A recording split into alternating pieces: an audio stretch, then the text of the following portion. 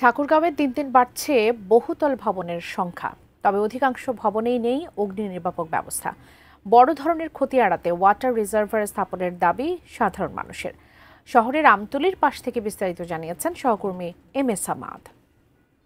কয়েক বছরের ব্যবধানে যেই সবুজ শ্যামল ছায়া বিস্তৃত ঠাকুরগাঁও শহর ছিল, এটিতে এখন বিল্ডিং আর বিল্ডিং। প্রতি বছর এবং প্রতিনিয়ত বড় বড় বিল্ডিং তুলছে ঠাকুরগাঁও শহরে এবং বড় বড় বিল্ডিং দেখা যাচ্ছে। তবে হতাশাব্যঞ্জক কথা হচ্ছে, এই বিল্ডিং তুললেও নতুন করে যে অগ্নি নির্বাপক ব্যবস্থা, এটি একেবারে তলানিতে। ধরুন, যদি ঠাকুরগাঁও শহরে পুরাতন বাস স্ট্যান্ড এলাকা থেকে ঠাকুরগাঁও চৌরাস্তার যে কোনো এক জায়গায় অগ্নিকাণ্ডের ঘটনা ঘটে, শুধুমাত্র ফায়ার সার্ভিস এবং সিভিল ডিফেন্সের যে একটি গাড়িতে পানি রয়েছে, এর পানি ছাড়া কিন্তু আলাদা কোনো পানির ব্যবস্থা নেই। অর্থাৎ যদি কোনো অগ্নিকাণ্ডের ঘটনা ঘটে, সেটি আরো ভয়াবহ রূপে রূপান্তরিত হওয়ার সম্ভাবনা রয়েছে। আমরা এই নিয়ে কথা বলেছিলাম ফায়ার সার্ভিস এবং সিভিল ডিফেন্সের কাছে।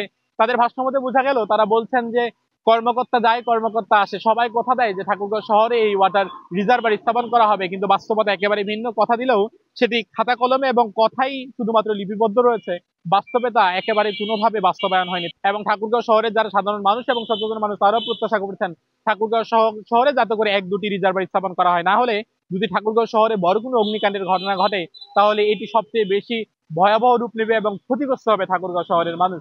এবং বিশেষ করে যারা সচেতন মানুষ আছেন, তারাও বলছেন যে প্রতিনিয়ত যেভাবে বড় বড় বিল্ডিং হচ্ছে, এগুলো যাতে করে অগ্নি নির্বাপক ব্যবস্থা বাস্তবায়ন করে এই বিল্ডিং গুলো নির্মাণ করা হয় এবং ঠাকুরগাঁও শহরে ওয়াটার রিজার্ভার স্থাপন করা হয়, তবেই কোনো অগ্নিকাণ্ডের ঘটনা ঘটলে ঠাকুরগাঁও মানুষ বড় এক ক্ষতির হাত থেকে রক্ষা পাবে।